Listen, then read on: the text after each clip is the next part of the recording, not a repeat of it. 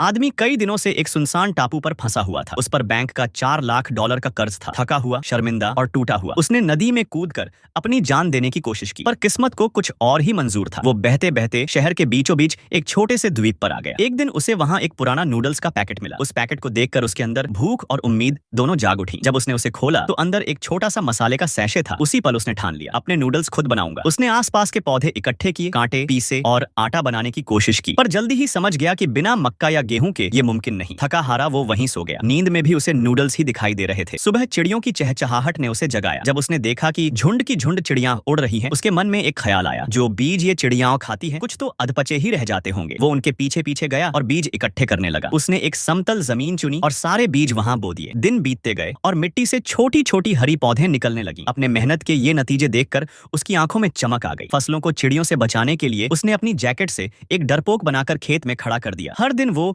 उन पौधों की देखभाल करता। एक दिन उसकी नजर एक खास पौधे पर पड़ी, मक्का। उसकी आंखें खुशी से चमक उठी। कुछ ही दिनों में फसल पक गई। उसने मक्के के दाने निकाले, आटा बनाया, नूडल्स बेले, उबाले और उसी मसाले को डाला। पहला निवाला लेते ही उसकी आंखों से आंसू निकल आए। स्वाद आम था, पर उन नूडल्स में उसकी मेहनत, उम्मीद और जीने की जिद